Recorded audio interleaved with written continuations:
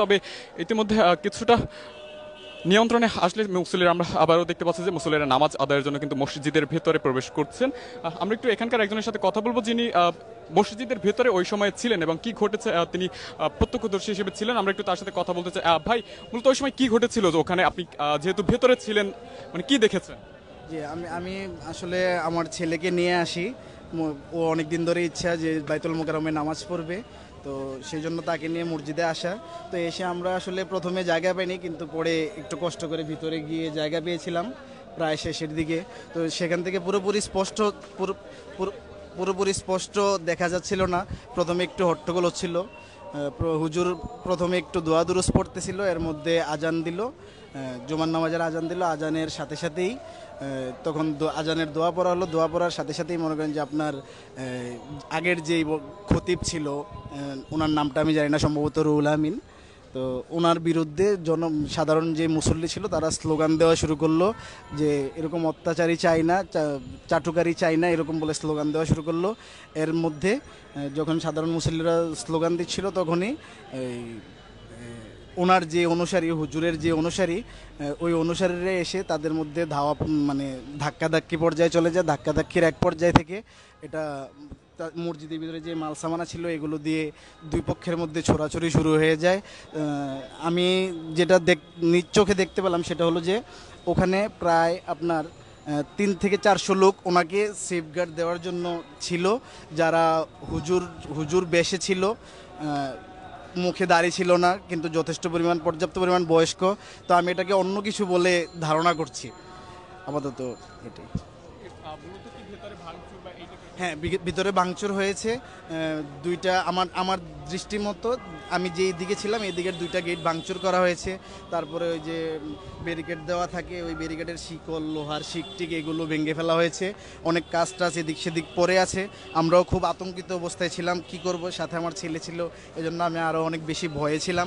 তো ওকে নিয়ে আসলে বেশি চিন্তা করার কারণে আমি একপাশে চলে আসি। ভিতরে মোটামুটি ভালোই ভাঙচুর হয়েছে। তারপরেও আমি আমার জায়গা থেকে চেষ্টা করেছি যে কোনো ভাঙচুর যেন না হয়, তারপরও আটকাতে পারিনি। কিন্তু কিছু কিছু লোক, এর মধ্যে এই ঘটনার শুরুক্রমেই কিছু টোকাই টাইপের কিছু লোকজন ভিতরে ঢুকে যায়। ওটা দেখে আমার ভিতরে অনেক আতঙ্ক বিরাজ করে। তখন আমার ভিতরে একটা ভয় আসে যে এটা তো লুটপাট হয়ে যাওয়ার সম্ভাবনা আছে। তখন আমি তাদেরকে বাধা দিই। আমার দেখা দেখি আরও অনেক মানুষ বাধা দিয়ে তাদেরকে বের করার কথা বললে ওই টোকাই যারা আছে ওরাও রেগে যায়। আগের যে খতিব উনি করবে না, জি, এই বিষয়টা নিয়ে। দর্শক, যেমনটি শুনছিলেন যে ভেতরে যিনি প্রত্যক্ষদর্শী হিসেবে ছিলেন তিনি বলছিলেন যে মূলত আগের যিনি খতিব ছিলেন সেই খতিবের পেছনে নামাজ আদায় করবে না, এজন্যই মূলত মুসল্লিরা বের হয়ে গিয়েছিলেন এবং এটি নিয়ে মূলত একটি সংঘাত তৈরি হয়েছিল। এবং আগের যিনি খতিব ছিলেন তিনি আজকে হঠাৎ করে এখানে এসেছেন এবং আসার কারণেই মূলত মুসল্লিদের ভিতরে একটি প্রতিক্রিয়া লক্ষ্য করা যায় এবং পরবর্তীতে যেটাই ভেতরে একটি সংঘাতের রূপ নিয়েছিল এবং এমনটি কিন্তু প্রত্যক্ষদর্শী যিনি ছিলেন তিনি কিন্তু আমাদেরকে এমনটি জানিয়েছেন। এবং পরবর্তীতে সেটি যখন একটি সংঘাতের ঘটনার সৃষ্টি হয় তখন কিন্তু সাধারণ মুসল্লি যারা ছিলেন তারা কিন্তু সকলেই বের হয়ে আসেন এবং নামাজ আদায় না করে কিন্তু তারা অনেকেই বের হয়ে গিয়েছেন। পরবর্তীতে পরিস্থিতি যখন একটু নিয়ন্ত্রণে আসে তখন কিন্তু মুসল্লিরা আবার নামাজ আদায়ের লক্ষ্যে এইমাত্র ধীরে ধীরে কিন্তু এখন আমরা দেখতে পাচ্ছি যে ভিতরের দিকে প্রবেশ করছেন এবং পাশে কিন্তু আইন শৃঙ্খলা বাহিনীর সদস্যরাও রয়েছেন। দর্শক, দেখছেন কালবেলা লাইভ। আমরা এই মুহূর্তে যুক্ত আছি বাইতুল মোকাররম থেকে, দেখানোর চেষ্টা করছি আজকে খতিব নিয়ে যে ঘটনাটি ঘটেছে সেটির সর্বশেষ পরিস্থিতি সম্পর্কে।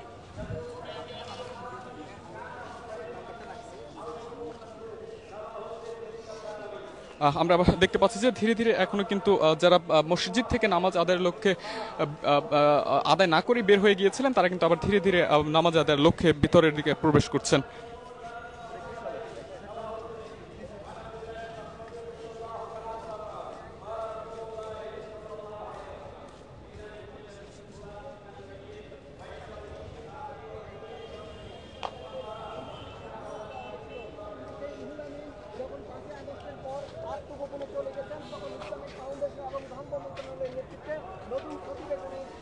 দর্শক, ইতিমধ্যে পরিস্থিতি নিয়ন্ত্রণে আনার জন্য পুলিশ এবং সেনাবাহিনীর সদস্যরা এখানে এসেছেন এবং তারা কিন্তু এই মুহূর্তে বায়তুল মোকাররমের উত্তর পাশের যে গেটটি রয়েছে সেই গেটে অবস্থান নিয়ে দাঁড়িয়ে রয়েছেন। তাদের মাঝে রুমানিলে যে মাদ্রাসা রয়েছে, এবিএম রুহুল আমিন সে মাদ্রাসার শিক্ষার্থীদের নিয়ে প্রাইভেট কারে করে এসে হামলার পরিকল্পনা করেন। কিন্তু আগে থেকে এখানে পুলিশ এবং সেনাবাহিনী সহ আইন শৃঙ্খলা বাহিনীর যে সদস্যরা রয়েছে তারা কিন্তু এর আগে ব্যাপক প্রস্তুতি নিয়েছেন। আমরা দেখতে পাচ্ছি যে এই মুহূর্তে কিন্তু সেই জায়গাটিতে প্রস্তুতি নেওয়া হয়েছে পুলিশের আইন শৃঙ্খলা সর্বোচ্চ নিরাপত্তা নিশ্চিত করার জন্য সকাল থেকে পুলিশ এবং অন্যান্য বাহিনী এখানে কাজ করেছে। আমরা সেই দৃশ্যটি দেখতে পাচ্ছি এই মুহূর্তে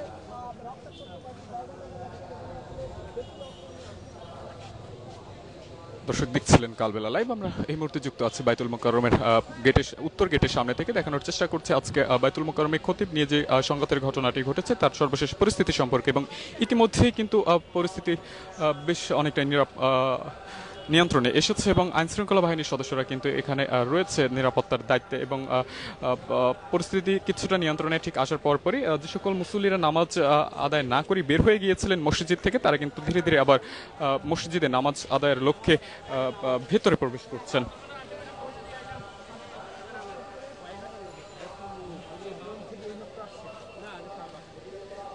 ঠিক যখন সংঘাতের ঘটনাটি ঘটে তখন প্রত্যক্ষদর্শী যারা ছিলেন তারা অনেকেই কিন্তু জানিয়েছেন যে এর আগে যিনি বায়তুল মোকাররমের খতিব ছিলেন সেই খতিব আবার আজকে এসেছেন এবং তার সাথে অনেক লোকজন ছিল এমনটি কিন্তু তারা বলছিলেন, এবং এসে তিনি নামাজ পড়াবেন এমনটি কিন্তু এখানকার মুসল্লি যারা রয়েছে তারা বলছিলেন, এবং তার পেছনে মুসল্লিরা নামাজ আদায় করবেন না, এবং এই বিষয়টি নিয়েই মূলত একটি সংঘাতের তৈরি হয়। এবং পরবর্তীতে কিন্তু আমরা দেখতে পাচ্ছিলাম যে নামাজ আদায় না করে কিন্তু সাধারণ মুসল্লি যারা ছিলেন তারা কিন্তু বের হয়ে আসেন এবং অনেকেই কিন্তু বের হয়ে চলে গিয়েছেন। তবে পরিস্থিতি কিছুটা নিয়ন্ত্রণে আসার পর আমরা দেখতে পাই যে সাধারণ মুসল্লি যারা বের হয়ে গেছিলেন তারা কিন্তু অনেকেই আবার মসজিদের দিকে নামাজ আদায়ের লক্ষ্যে আসছেন, এবং পাশাপাশি হামলা করেছেন এমন দু একজনকে কিন্তু আমরা দেখতে পেয়েছি যে আইন শৃঙ্খলা বাহিনীর হাতে তুলে দিয়েছেন সাধারণ মুসল্লিরা।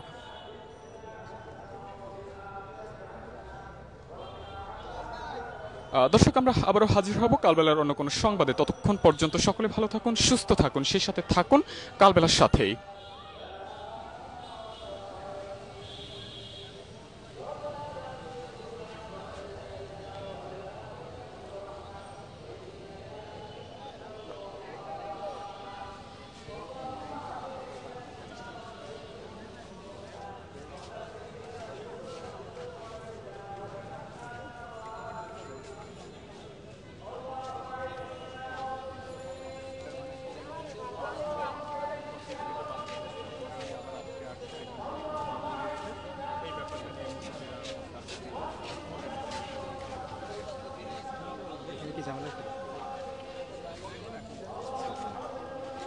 ভিতরে